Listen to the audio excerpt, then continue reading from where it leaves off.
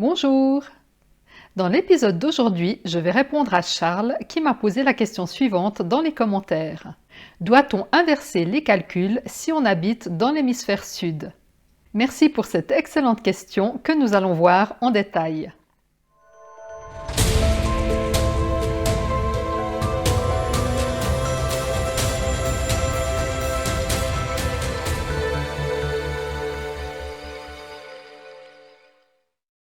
Bienvenue à la chaîne YouTube Institut Suisse de Feng Shui, la référence francophone pour le Feng Shui traditionnel. Je suis Florence Jacquier, médecin et fondatrice de l'Institut Suisse de Feng Shui.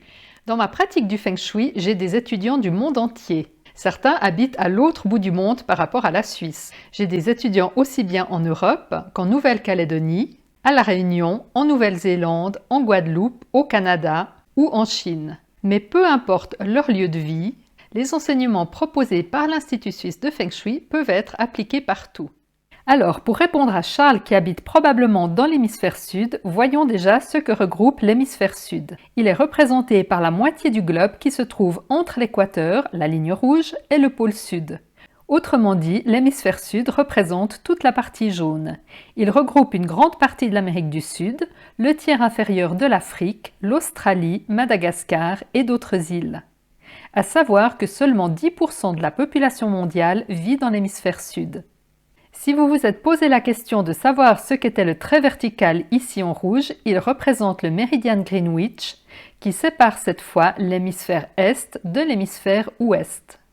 Ici, on voit l'hémisphère sud depuis le pôle sud qui est au centre de l'image. Parmi les pays de l'hémisphère sud, on trouve par exemple la Nouvelle-Zélande, l'Afrique du Sud ou la Nouvelle-Calédonie, dont j'ai une de mes étudiantes d'ailleurs, Isabella, qui viendra me voir en juin pour faire sa certification Feng Shui et que je salue chaleureusement au passage, ainsi que tous mes autres étudiants de par le monde. Voici une dernière image où tu vois les hémisphères nord et sud délimités par l'équateur et les hémisphères est et ouest délimités par le méridien de Greenwich. Comme tu l'as appris dans les deux vidéos précédentes, il y a le Feng Shui que l'on doit faire avec une boussole et le Feng Shui que l'on peut faire sans, aussi appelé école de la forme ou du paysage. La question posée par Charles fait ici référence au Feng Shui de la boussole.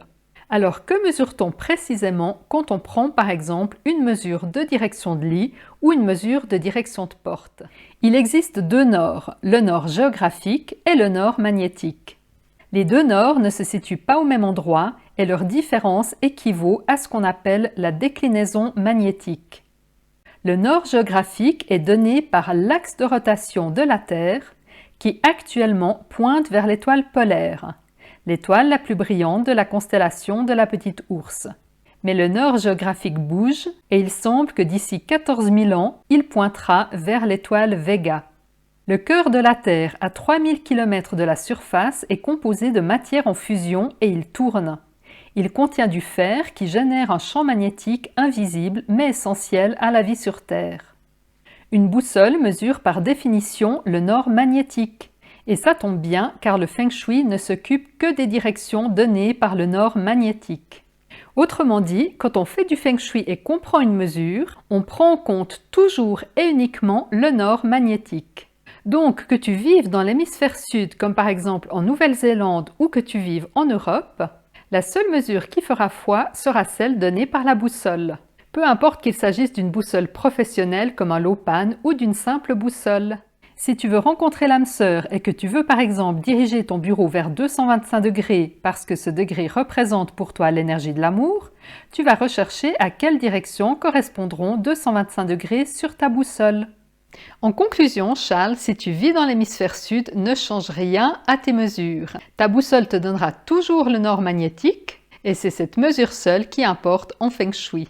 Et encore une fois, comme tu l'as appris dans une vidéo précédente, une simple boussole suffit. Tu pourras acquérir un Lopan si un jour tu désires devenir consultant. Voilà, nous sommes arrivés au terme de cette vidéo. Si tu as aimé la vidéo, n'hésite pas à la liker et à la partager. Et n'oublie pas de t'abonner pour recevoir une nouvelle vidéo chaque dimanche. Si tout cela te donne envie d'apprendre toi aussi le Feng Shui et que tu désires toi aussi savoir comment activer les énergies de la richesse, de l'amour, de la sérénité, du bien-être, de la chance en général, tu peux suivre une formation comme celle dont le lien est donné sous la vidéo. Tu apprendras comment aménager ton logement pas à pas pour activer les énergies dont tu as le plus besoin, que ce soit la santé, l'amour, les belles relations, la prospérité ou le bien-être en général. À dimanche prochain!